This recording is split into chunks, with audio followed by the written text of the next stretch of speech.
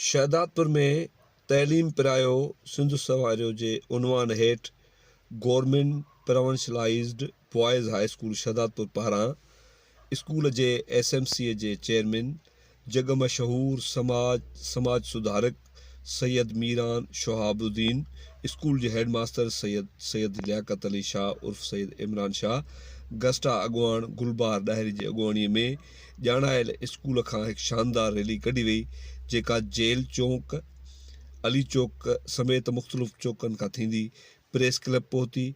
Rally में सकाफ़ती वेस पहिरियल शहरियुनि, समाजी अॻुवाणनि, उस्तादनि, शागिर्दनि वॾे अंग में शिरकत कई। उन मौक़े ते अॻुवाणनि ॻाल्हाईंदे चयो त मुकाबला करेंगे, इस धरती को तवाना करेंगे। जैसा कि एक शेर अभी मैं सुन रहा था कि सिंध धरती खुशहाल हो जाए, हर शख्स माला माल हो जाए, तो माला माल हो जाने के लिए ज़रूरी है कि मैं इस धरती की खिदमत करूं, इस धरती से सिर्फ फ़ायदा ना उठाऊं, इस धरती को कुछ दूं अपनी तहरीर से, अपनी तकरीर से, अपने दूसरे मामलात से। आज म्यूनसिपल हाई स्कूल के इंतज़ामिया और बच्चों ने जिस तरह साबित किया है कि वो अपनी धरती से प्यार करते हैं, तो इसका मतलब पैगाम है कि हम सबको भी अपनी धरती से प्यार रखना चाहिए। सिंध बड़ा कदीम है साईं, सिंध की सकाफ़त बड़ी कदीम है, और यकीनन जिसकी सकाफ़त कदीम होती है वो बड़ा अजीम होता है।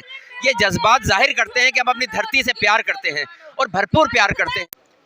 ॿियो अॼु जे इन मुनासिबत सां मुंहिंजो पैगाम इहो आहे, छो जो असांजी रैली जेकी आहे उहो सिंध संवारियो जे हवाले सां जेको आहे इल्मु पिरायो सिंध संवारियो जे हवाले सां रैली असांजी कढी वई आहे। उन लाइ मुंहिंजो पैगाम इहो आहे त बराए महिरबानी तव्हां पंहिंजा ॿार जेके आहिनि गवर्नमेंट स्कूलनि में दाख़िल करायो। ऐं आउं दावा सां चवां थो, असांजो जेको गवर्नमेंट स्कूल हिन वक़्तु आहे, जेको पंहिंजो स्कूल हली रहियो आहे, उनमें बहितरीनु पढ़ाई आहे, बहितरीनु उस्ताद आहिनि। बसि अगरि थोरो घणो बि फुक़दान आहे, जेकी शइ घटिताई आहे, कमी आहे, उहा आहे जो असां वटि इंतिहाई ग़रीबनि जा ॿार पढ़नि पिया। असांजा शर्म जो मक़ाम आहे जो असां पंहिंजा उस्तादनि जा ॿार असांजे ॿिए पासे पढ़नि पिया। अगरि आउं दावा सां चवां थो, अगरि अॼु बि असां सभु पंहिंजा ॿार हिते दाख़िल करायूं, असांजा ॿिया दोस्त, मीडिया जा दोस्त, जिते जिते मुंहिंजो पैगाम वञी रहियो आहे, अगरि असां पंहिंजा हिते ॿार दाख़िल करायूं त अल्हम्दुलिल्लाह असां बिल्कुलु जेको आहे अॼु बि प्राइवेट स्कूल जो मुक़ाबिलो बहितरीनु करे सघूं था। जंहिंमें असांजो government provincial boys high school Shahdadpur जे तरफ़ां ही शानदार जेको आहे सो रैली कढी वई आहे। अॼु ईअं ॾिसण में अचे पियो त जहिड़ो सिंध मुरकी रही आहे ऐं सिंध जा जेके बि माण्हू आहिनि उहे पंहिंजी सकाफ़त खे उजागर करे उन सां गॾोगॾु असांजे जेको मक़सदु आहे उहो सकाफ़त सां गॾु तालीम खे उजागर करण बि आहे।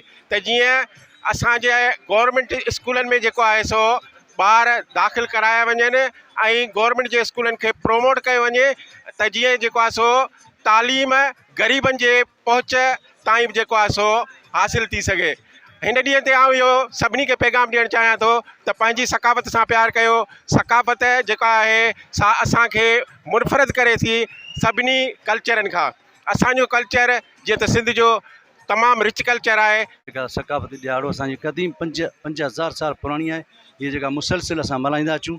ऐं हिन जो जेको एप्रिशिएट वञे पियो साईं लियाकत अली शाह ॾे, असां एतिरो इहो मुतालबो कयूं था शहदादपुर जे शहरनि खां त तव्हां जेके प्राइवेट स्कूलनि में जेके छोकिरा छॾियो था, पंहिंजा ॿार छॾियो था, तव्हां ख़ुदारा गवर्नमेंट प्रोविंशियलाइज्ड हाई स्कूल में तव्हां पंहिंजा ॿार छॾियो त तव्हांखे हींअर जेको एप्रिशिएट मिलंदी। ऐं बहितरीनु हाई फाई क्वालिफाई उस्ताद आया आहिनि जेके हींअर PES करे ऐं उन जेके बहितरीनु हलाइनि पिया। उनखां पोइ असांजो हीउ जेको क्रेडिट वञे पियो सो Sain Liaquat Ali Shah senior head master government provincialised high school Shahdadpur जो आहे। अल्हम्दुलिल्लाह असां तव्हांखे इहा पुरज़ोर मुतालबो था करियूं शहदादपुर जे शहरनि खां त म्यूनसिपल हाई ख़ुदारा म्यूनसिपल हाई स्कूल में अचो।